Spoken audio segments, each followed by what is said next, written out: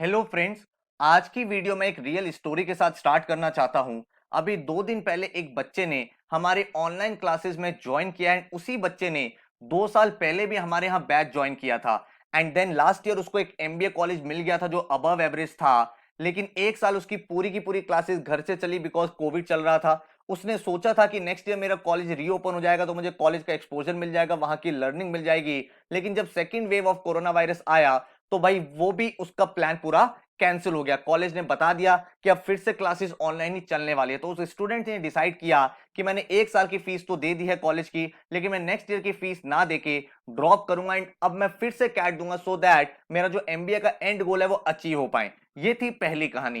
And दूसरी आपको एक कहानी बताता हूं। सिमिलर केस था जब लास्ट ईयर ने ज्वाइन किया था एक बच्चे ने, लेकिन जब उसने ये देखा कि सारी क्लासेस ऑनलाइन हो रही है तो उसने अपने लेवल पे इतने सारे इनिशिएटिव्स लिए कि जो जो उसकी लर्निंग करनी थी, जो उसका एंड पर्पस था, वो सारा का सारा अचीव हो गया एंड वो क्वाइट सेटिस्फाइड है अपनी पूरी की पूरी एमबीए जर्नी से। और यही कंफ्यूजन आपके माइंड में भी ये चल रहा है कि सर इस साल मुझे कोविड में एमबीए के लिए जाना चाहिए कि नहीं जाना चाहिए। देखो, आप 20 से 25 लाख रुपीस का इन्वेस्टमेंट करोगे तो बहुत ही एक इन्फॉर्म्ड डिसीजन लेना काफी इंपॉर्टेंट है, ताकि आप सारे के सारा पैरामीटर्स को एनालाइज कर पाओ एंड फ्यूचर में कोई रिग्रेट ना रहे। तो इस वीडियो में मैं एक एक पॉइंट स्टेप बाय स्टेप आपका क्लियर करने वाला हूं कि क्या आपको करना है, क्या नहीं करना, कॉलेज ज्वाइन करना चाहिए नहीं करना चाहिए, क्या पैरामीटर्स हैं, अगर आप ज्वाइन करते हो तो क्या क्या चीजों का ध्यान रखना है, अगर आप ज्वाइन नहीं करते हो तो क्या क्या चीजों का ध्यान रखना। तो एक एक चीज के प्रॉपर्ली नोट्स बना लेना, क्योंकि एक एमबीए एस्पिरेंट के लिए ये काफी ज्यादा इंपॉर्टेंट वीडियो हो सकती है। So my name is Saurabh Kothari. Let's start. तो चैनल को भी सब्सक्राइब कर लो यार, सो दैट जितनी भी ऐसी हेल्पफुल वीडियोस हैं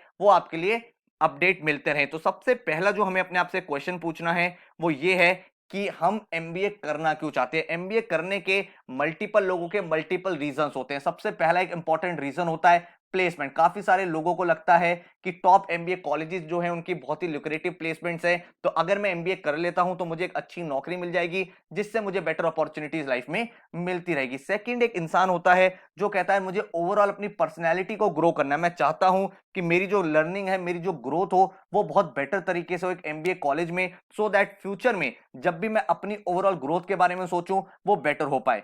तीसरा एक रीजन होता है कि भाई मेरा करियर स्विच करना है, मैं अभी टेक्निकल जॉब करता हूं, मेरा जॉब बहुत अच्छा नहीं है और मैं चाहता हूं मैं मैनेजरियल रोल्स में एंटर करूं, सो दैट वो एमबीए करना चाहता है। फोर्थ जो रीजन निकल के आता है वो ये है कि आपके एजुकेशन में काफी ज्यादा गैप्स रहे हैं और फॉर एग्जांपल आपके 10th 12th ग्रेजुएशन में कम मार्क्स रहे हैं, तो आप चाहते हो कि यार एमबीए एक टॉप इंस्टीट्यूट से कर लूं ताकि मेरे सारे पाप माफ हो जाएं एंड मैं एक नई स्टार्ट कर पाऊं। ठीक है। और फिफ्थ रीजन क्या होता है? फिफ्थ रीजन होता है लर्निंग। भाई एक स्टूडेंट ऐसा भी होता है जो कहता है मुझे एमबीए सीखना है, एमबीए मुझे इसलिए सीखना है क्योंकि मैं फ्यूचर में अपना कोई बिजनेस करना चाहता हूं, स्टार्टअप्स करना चाहता हूं, नेटवर्किंग करना चाहता हूं और मुझे उस लेवल की लर्निंग चाहिए, मुझे उस लेवल का एक्सपोजर चाहिए ताकि फ्यूचर में अगर मैं अपने लेवल पे भी कुछ करूं या फिर मैं कॉर्पोरेट में भी हूं तो अपने लेवल पे मैं वैल्यू एडिशन कर पाऊं कंपनी को, और इसलिए मैं एक बेटर रिसोर्स बनना चाहता हूं। ठीक है। तो ऐसे ही मल्टीपल रीजन हो सकते हैं, तो आप भी अपना रीजन सबसे पहले अपनी नोटबुक में लिखो नीचे या फिर मुझे कमेंट में बताओ ताकि मैं आपको और बेटर तरीके से बता पाऊं।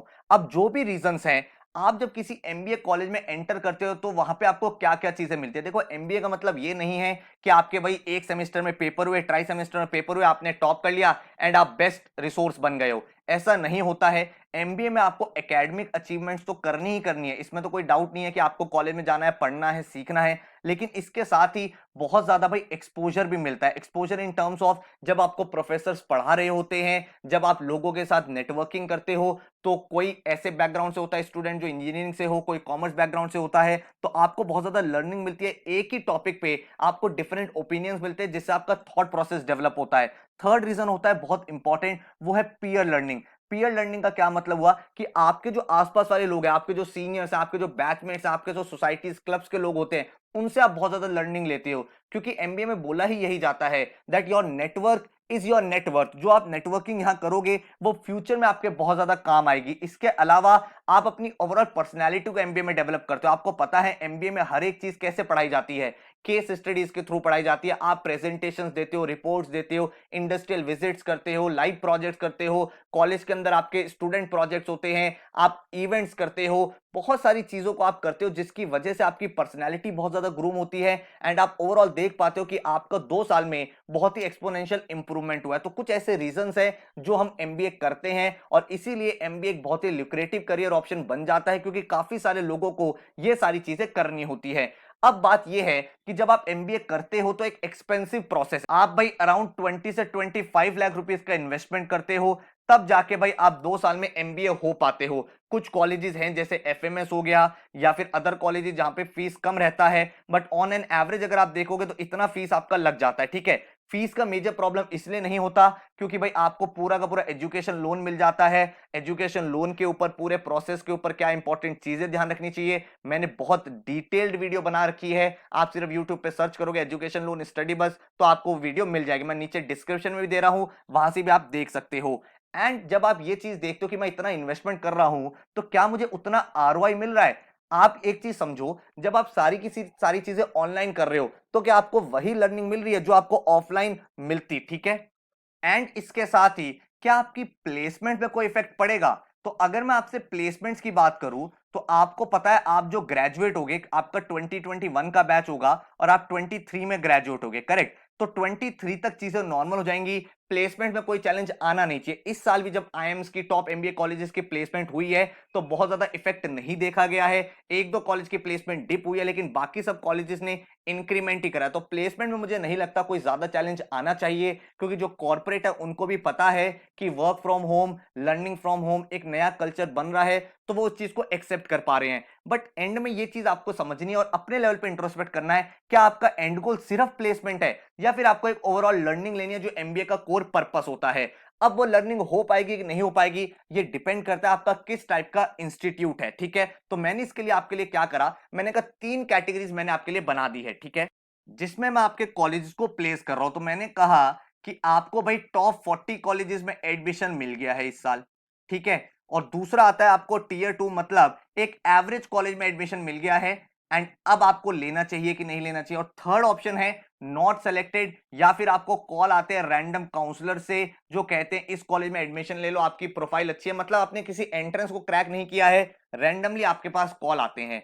तो तीनों सिचुएशन में क्या करना चाहिए ये चीज हमें समझनी है। सबसे पहले मान लो आपने कोई ऐसा एग्जाम दिया है जिसमें आपका रिजल्ट बहुत अच्छा नहीं आया है एंड आपको रैंडम कॉलेजेस से फोन आ रहे हैं कि हमारे यहाँ ज्वाइन कर लो, तो वो फोन इसीलिए आ रहे हैं क्योंकि उनकी सीट्स फिल ही नहीं होती, और सीट्स इसलिए फिल नहीं होती होगी क्योंकि बच्चे वहां जाते नहीं होंगे एंड बच्चे इसलिए नहीं जाते होंगे क्योंकि कॉलेज में ना ही लर्निंग होती होगी ना ही प्लेसमेंट होती होगी, इसीलिए वो आपके पीछे पड़े रहते हैं कि आप ज्वाइन कर लो, ये कर लो, वो कर लो। तो आपको ये समझना है कि अगर आपने कोई एंट्रेंस एग्जाम क्रैक नहीं किया और आप एक नॉर्मल से कोई भी रैंडम कॉलेज में जाना चाहते हो तो मैं इस चीज को बिल्कुल भी रेकमेंड नहीं करूंगा। मैं ये बोलूंगा कि आप एमबीए जो है लाइफ में एक ही बार करते हो तो बहुत इंपॉर्टेंट हो जाता है कि आप एक अच्छे कॉलेज से एमबीए करो ताकि आपका लर्निंग उस लेवल का रहे। तो अगर आपको कोई फोन आ रहे हैं और वो कह रहे हैं कि हमारे इस कॉलेज में एडमिशन ले लो एंड आपने उस कॉलेज के बारे में कुछ सुना तक नहीं है, तो भाई बिल्कुल भी उस चीज को अवॉइड करें, उस चीज को आपको बिल्कुल नहीं सोचना है। आपको फिर किस चीज पे सोचना है कि मेरे पास अप्रोक्सीमेट 6 to 8 मंथ्स हैं, जब मेरे अगले एंट्रेंस एग्जाम्स आने वाले हैं, फिर से एग्जाम्स आने वाले हैं, मैं उनको अपियर करूंगा ताकि एटलीस्ट एक बेटर कॉलेज में जा पाऊं। तो एक भी बात इस चीज को समझो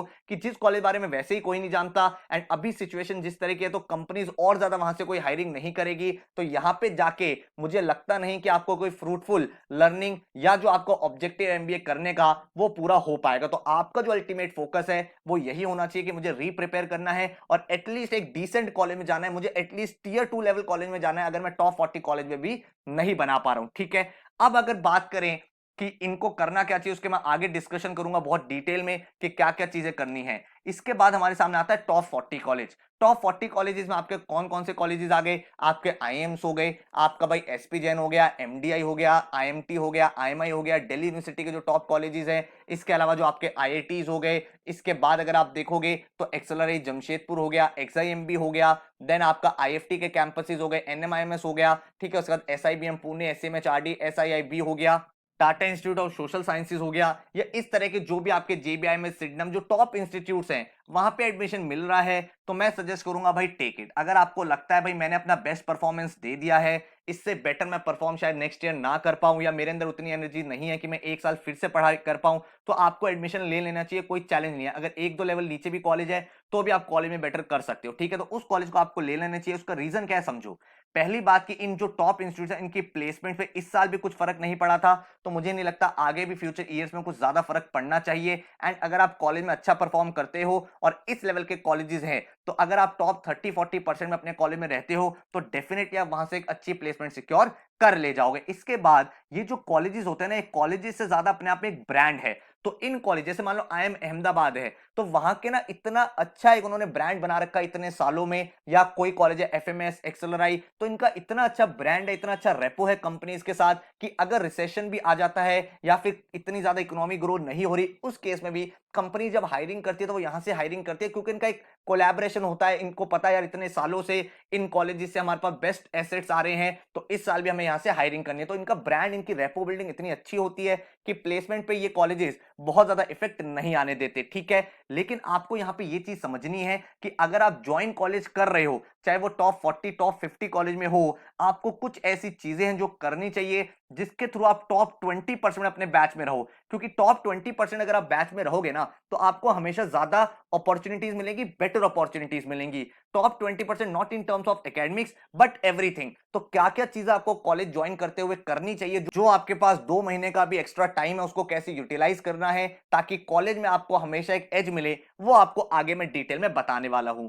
सबसे मेजर जो चैलेंज आता है वो आता है एक टीयर 2 वाले बच्चे के लिए, जिसका भाई 80-85 परसेंटाइल वाली रेंज में मार्क्स आ गए हैं। अब वो ये डिसाइड नहीं कर पा रहा मैं इससे बेटर ला पाऊंगा या यही मेरा बेस्ट है, और वो इतना ज्यादा कंफ्यूज्ड है इस समय कि उसको यही नहीं समझ में आ रहा कि यार मैं इससे बेटर कर भी पाऊंगा कि नहीं कर पाऊंगा। ये कॉलेज से बेटर भी बहुत कॉलेजेस हैं, इस कॉलेज के नीचे भी बहुत कॉलेजेस हैं। जो मुझे अभी कॉलेज मिला है वो गुड की कैटेगरी में आता है, वो ना ही एक्सीलेंट है ना ही बेकार है। तो मैं क्या करूं, उस टाइप का स्टूडेंट सबसे ज्यादा इस समय कंफ्यूज्ड है। जैसे आपको कोई भी ऐसे कॉलेज मिले हैं जो 80-85 की रेंज में हो, अब वो 85 वालों से कम है और 70-60-50 वालों से बहुत बेटर है, तो क्या करना चाहिए। और ऐसे क्वेश्चन डेली मैं कमेंट पढ़ता हूं, तो आपके लिए मैं बहुत ही डिटेल्ड एक एनालिसिस करने वाला हूं। आपके पास दो ऑप्शन हैं, या तो आप ईयर को ड्रॉप करो या फिर आप इस साल ज्वाइन करो। ड्रॉप करोगे तो आपको मेक श्योर करना है कि आप इस कैटेगरी के कॉलेजेस में फॉल करो, ठीक है। एंड अगर आप ज्वाइन कर लेते हो तो आपको क्या करना है ये भी बताता हूं। तो अगर आपके पास एक ऑप्शन है ड्रॉप करने का और आपको ये लगता है मैं इससे बेटर कर सकता हूं, जैसे काफी सारे स्टूडेंट्स होते हैं जो एग्जाम देते हैं, उनको लगता है मेरा 85 तो आ गया लेकिन मैंने अपना 100% एफर्ट नहीं लगाया था, एग्जाम वाले दिन मैं ये 5 क्वेश्चन एक्स्ट्रा कर सकता था, मेरे बहुत सिली एरर्स हो गए, और मुझे कॉन्फिडेंस है मेरी प्रोफाइल डिसेंट है, मेरे 80-90 10 12 ग्रेजुएशन में रहे हैं, या फिर 70 प्लस मेरे ग्रेजुएशन में रहे हैं, 80 मेरे 10 12 में रहे हैं, तो मैं बेटर कॉलेज में एंटर कर सकता हूं। तो अगर आपको लगता है कि मेरे पास ये अपॉर्चुनिटी है और मुझे ना मेरा एंड गोल एमबीए का ये है कि मुझे लर्निंग करनी है, मुझे अपनी पर्सनैलिटी को डेवलप करना है और मुझे वो एक्सपोजर चाहिए जो एमबीए में मिलता है, तो मैं आपको सजेस्ट करूंगा ड्रॉप करो। क्योंकि इस साल जब आप ज्वाइन करोगे ना, तो आपका ये साल तो ऑनलाइन जाएगा और मेजॉरिटी ऑफ द जो लर्निंग होती है वो फर्स्ट ईयर में ही होती है, बिकॉज सेकंड ईयर में तो सब लोग अपने इलेक्टिव सेलेक्ट कर लेते हैं, सब लोग प्लेसमेंट में लगे रहते हैं। तो अगर आप एक लर्निंग पर्पज से एमबीए में जा रहे हो, एक्सपोजर पर्पज से जा रहे हो, अपनी पर्सनैलिटी डेवलपमेंट के लिए जा रहे हो, एंड आपके पास एक ऑप्शन है ड्रॉप करने का, और ड्रॉप करने का ऑप्शन है कि नहीं है ये कैसे डिसाइड करोगे। मान लो आप करेंटली फाइनल ईयर में हो एंड आपने अभी पहली बार अटेम्प्ट दिया था, या फिर आप वर्किंग हो, आपके जॉब को 6 मंथ्स 8 मंथ्स 10 मंथ्स हो गए हैं, उसके बाद अब आपके पास अभी भी जॉब कर रहे हो, तो आपका ड्रॉप का ऑप्शन है, बिकॉज आपकी जॉब तो चली रही है, नेक्स्ट ईयर और बेटर कर सकते हो, ठीक है। तो इस तरह का अगर आपके पास ऑप्शन है तो आप ड्रॉप करने का एक चांस ले सकते हो, ताकि आप एक बेटर लर्निंग के साथ एमबीए में जाओ एंड आप एक बेटर कॉलेज भी ट्राई कर सकते हो, ठीक है। अब अगर मान लो आपके सामने एक ऐसी सिचुएशन आती है कि आपको ज्वाइन करना ही करना है, उसके क्या रीजंस हो सकते हैं। उसके रीजन ये है कि सर अब मेरे से इससे ज्यादा पढ़ाई नहीं हो सकती, मैं बिल्कुल एग्जॉस्ट हो चुका हूं, मैंने ऑलरेडी जितनी मेहनत करनी थी कर ली और मुझे नहीं लगता इससे बेटर मेरे स्कोर्स आएंगे। तो उस केस पे जो आपको कॉलेजेस मिल रहे हैं उसमें से बेस्ट ऑप्शन हमें सेलेक्ट करना और ज्वाइन कर लेना है। सेकंड जो है वो ये पॉइंट है कि आपके ऊपर एक प्रेशर है, वो प्रेशर क्यों है? वो प्रेशर इसलिए है, चाहे वो पेरेंटल प्रेशर हो, चाहे वो आपका खुद का सेल्फ प्रेशर हो, या फिर आपको लगता हो मेरे ऑलरेडी 2 साल ड्रॉप हो चुके हैं, अब अगर मैं और ज्यादा रिस्क लूंगा तो शायद मेरी प्रोफाइल और ज्यादा खराब हो जाएगी एंड फ्यूचर में पता नहीं मैं इससे बेटर कर भी पाऊंगा कि नहीं कर पाऊंगा। तो अगर ऐसे कुछ रीजन है जहां पे आपकी वेटेज ज्वाइन करने की साइड में ज्यादा हो रही है, तो आपको एक कॉलेज ज्वाइन कर लेना चाहिए। अब कॉलेज ज्वाइन करोगे कैसे? इसके लिए ना आपको बहुत ज्यादा रिसर्च करनी है। देखो मैं आपको एक चीज सजेस्ट करूंगा, आप एक ऐसा डिसीजन लेने वाले हो जहां पे आप 15 से 20 लाख रुपए इन्वेस्ट करोगे। जब आप 15 से 20 लाख रुपए इन्वेस्ट करोगे तो एटलीस्ट डिटेल रिसर्च तो करोगे। आप किसी एक टीचर से पूछना चाहते हो कि वो बता दे इनमें से कौन सा कॉलेज अच्छा और आप ज्वाइन कर लो, तो ट्रस्ट मी वो एक गलत अप्रोच होगी। आपको सेल्फ रिसर्च बहुत ज्यादा करनी है। सेल्फ रिसर्च कैसे करोगे इसके पैरामीटर्स बताता हूं। एक तो आपको कॉलेज की पूरी वेबसाइट समझनी है कि भाई क्या उनकी कंपनीज आती हैं, क्या उनके प्लेसमेंट्स रहे हैं, किस तरह का क्राउड है। सेकंड, उस कॉलेज का एक्स्ट्रा कोकरिकुलर एक्टिविटीज क्या है, उस कॉलेज में क्या ऐसी चीजें, क्या उनके क्लब्स हैं, सोसाइटीज बने हुए हैं, वो इवेंट्स करते हैं नहीं करते। थर्ड चीज आपको क्या करनी है, वहां के प्रोफेसर्स कौन है। ऐसा तो नहीं है, काफी सारे ऐसे कॉलेजेस हैं जिनके प्रोफेसर सारे के सारे टेम्परेरी होते हैं, हर 6 महीने में छोड़ के चले जाते हैं। तो प्रोफेसर्स कैसे हैं, उनका फैकल्टी बैकग्राउंड क्या है, क्या तरह की आपकी लर्निंग होगी। एंड इन सबसे ज्यादा जो दो इंपॉर्टेंट चीजें आपको करनी है वो ये है कि उस कॉलेज के सीनियर से बात करो जो अभी वहां पे पढ़ रहा है, क्योंकि जो इस समय वहां पे पढ़ रहा है ना, वो उस कॉलेज का सबसे बेस्ट रिव्यू आपको दे सकता है, क्योंकि वो उस चीज को फेस कर रहा है, उसने 1 साल ऑनलाइन क्लास करी है। तो आप उससे पूछो, बात करो कि ऑनलाइन एक्सपीरियंस कैसा है, क्या आपको सिर्फ पढ़ाई कराई जा रही है या उसके अलावा जो अदर एक्टिविटीज है उसके लिए भी एफर्ट्स डाले जा रहे हैं, या प्रोफेसर सिर्फ फॉर्मेलिटी कर रहे हैं, पीपीटी खत्म हो गई, लेक्चर खत्म हो गया, या फिर वहां पे कॉलेज अपने लेवल पे मेहनत कर रहा है कि बच्चों को एक ऐसा हाइब्रिड मॉडल दो कि उन्हें लगे नहीं कि उनका एमबीए का ईयर वेस्ट हो रहा है या डिस्टेंस लर्निंग वाला फीलिंग आ रहा है। तो ये चीजें आपको कॉलेज का करंट स्टूडेंट जो कॉलेज का सीनियर है वो बता पाएगा। तो उनसे आपको कनेक्ट करना है, उनसे आप कनेक्ट कर सकते हो लिंक्डइन के थ्रू। देन इसके बाद आपको कनेक्ट करना है एलुमनाइज के साथ। उस कॉलेज के पिछले 10 साल में जो भी एलुमनाइज रहे हैं उसमें से कुछ एलुमनाइज ने अपनी लाइफ में अच्छा किया होगा, कुछ एवरेज रहे होंगे, तो उनसे कनेक्ट करो लिंक्डइन पे, उनसे बात करो कि यार जब आपने कॉर्पोरेट ज्वाइन किया, कंपनीज ज्वाइन की, तो आपको कॉर्पोरेट में क्या एक्सपीरियंस मिला, इस कॉलेज को क्या एक्सेप्ट किया जाता है, इंडस्ट्री के सामने इस कॉलेज की क्या वैल्यू है, आपकी ग्रोथ पे क्या फर्क पड़ा,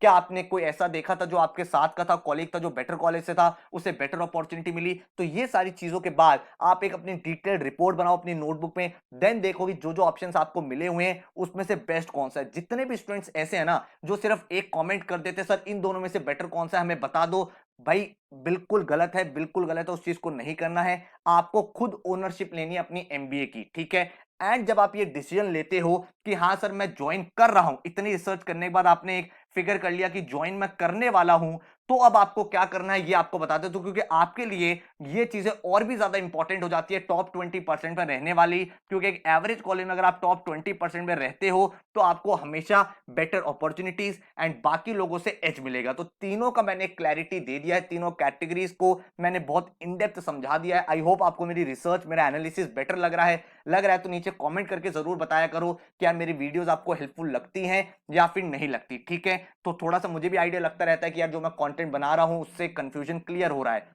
अब यहां पे बात आती है what to do if you join. अगर आप ज्वाइन करने का सोच रहे हो तो क्या करना चाहिए। कुछ ऐसी चीजें, चाहे आप टॉप 40 कॉलेजेस ज्वाइन कर रहे हो, चाहे आप एक एवरेज कॉलेज ज्वाइन कर रहे हो, कुछ चीजें डेफिनेटली ऐसी है जो आपको करनी ही करनी है, उसके बिना आपको अपना एमबीए स्टार्ट नहीं करना। उसमें सबसे पहली चीज आपको क्या करनी है, बिल्ड योर बेसिक्स। आपको अपने एकेडमिक बेसिक्स बनाने हैं, क्योंकि भाई आप जब कॉलेज में एंटर करोगे कुछ सब्जेक्ट हो सकता है आपके लिए पहली बार हो, जैसे अकाउंटेंसी हो गया, इकोनॉमिक्स हो गया, मार्केटिंग हो गया। आपको पता होना चाहिए कुछ कुछ बेसिक्स इन सबके कि मार्केटिंग क्या होता है, फाइनेंस क्या होता है, इनकी बेसिक टर्म्स क्या होती हैं, अकाउंटेंसी में डेबिट क्रेडिट क्या होता है। ये सारे सब्जेक्ट आपको पता होने चाहिए, क्योंकि एमबीए में आप ये सब चीजें पढ़ोगे, इकोनॉमिक्स हो गया, तो इन सबके बेसिक्स को बिल्ड करना स्टार्ट कर दो। Number 2, build your resume. Resume building पे काम शुरू कर दो, क्योंकि भाई आपको अपना रिज्यूमे अच्छा बनाना है। आप ये चाहते हो कि जितने भी आप कोर्सेज कर रहे हो, जितने भी आपने प्रोजेक्ट करे हैं, इंटर्नशिप करी है, वो सब अपने रिज्यूमे में मेंशन करनी है। तो रिज्यूमे बिल्ड करने का मतलब ही यही होता है आप ऐसी वो सब चीजें करो जो आप एक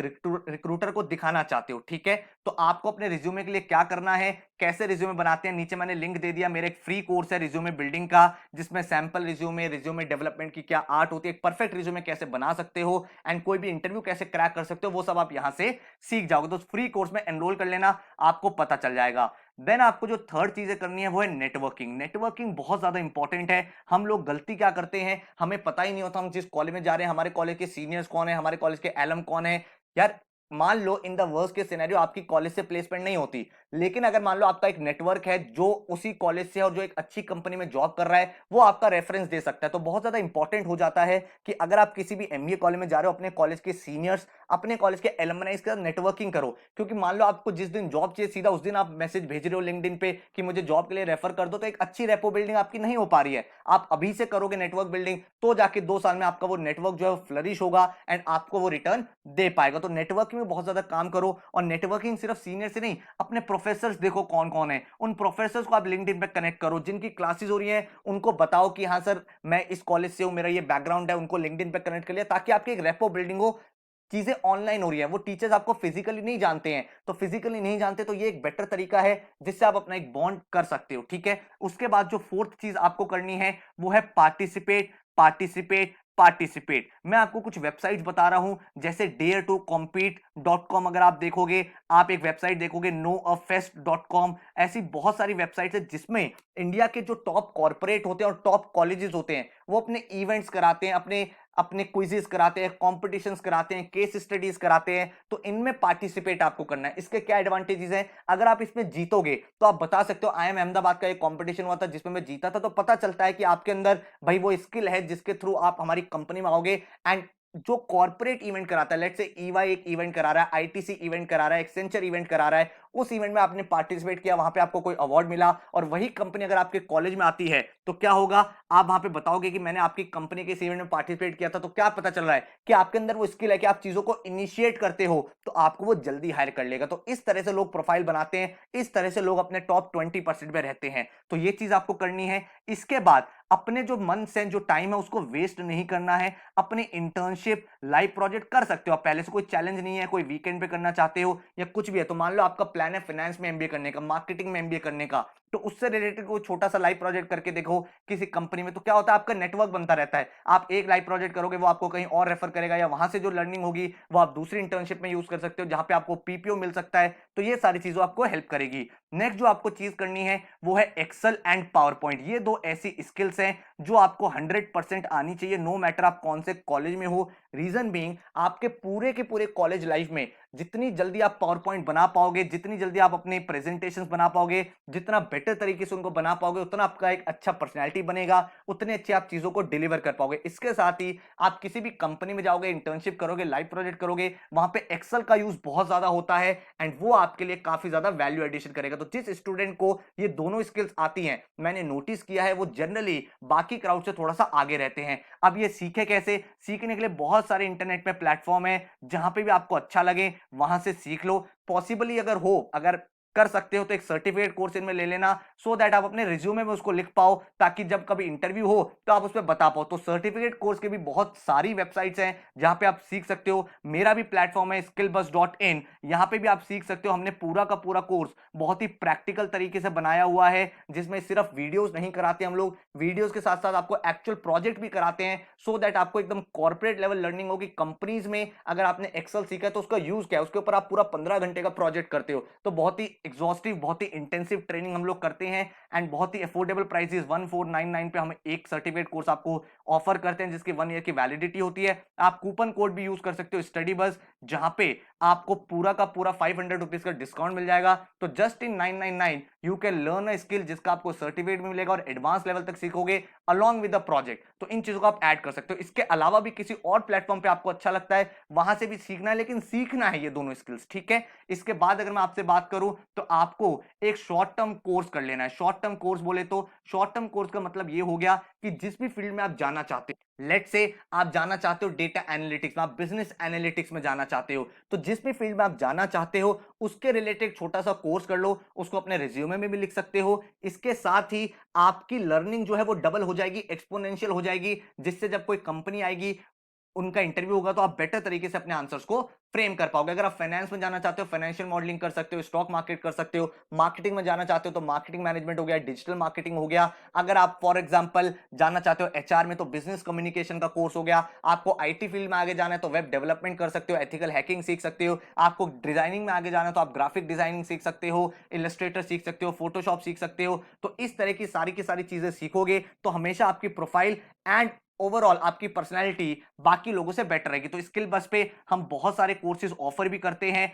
बहुत सारे प्लेटफॉर्म्स है जो ऑफर करते हैं, तो आप जाके स्कैन करो। हमारी प्रीव्यू वीडियोस भी होती है, डेमो वीडियोस भी यहाँ पे होती है, एंड फ्री जो रिज्यूमे वाला कोर्स है वो तो कर ही लेना, यहाँ से काफी ज्यादा लर्निंग आपको मिल जाएगी। तो ये तो वो चीजें हैं जो आपको करनी है चाहे कोई भी एमबीए कॉलेज आप ज्वाइन कर रहे हो, सो दैट आपको एक एडवांटेज मिले। एक चीज और बता देता हूं, अगर आप किसी भी 3 कोर्स में एनरोल करते हो स्किल बस पे, तो आप कोड यूज कर सकते हो सुपर अपग्रेड, उसमें आपको 50% तक का ऑफ मिल जाएगा एंड आपको 3 कोर्सेज मिल जाएंगे if in case you are interested. ठीक है, अब जो नेक्स्ट क्वेश्चन निकल के आता है वो ये है, what to do if you don't join. अगर मान लो आप थर्ड कैटेगरी में फॉल होते हो जहां पे हमने कहा था आप सेलेक्ट ही नहीं हुए एंड आप ईयर रिपीट करना चाहते हो, या फिर आप एक ऐसी कैटेगरी में फॉल होते हो टीयर 2 वाली जहां पे आपने डिसाइड किया कि मैंने पहला अटेम्प्ट दिया था और मैं नेक्स्ट ईयर फिर देना चाहता हूं और ज्यादा एनर्जी से, तो आपको क्या करना चाहिए? तो सबसे पहले अपनी प्रिपरेशन में लग जाओ, अपनी प्रिपरेशन में लग जाओ और इतना बेटर तरीके से प्रिपेयर करो कि आप उस ड्रीम परसेंटाइल को अचीव कर पाओ। सेकंड थिंग, प्रोफाइल के ऊपर अभी कुछ बहुत ज्यादा वो नहीं करना कि प्रोफाइल बिल्डिंग करो, प्रोफाइल बिल्डिंग करो,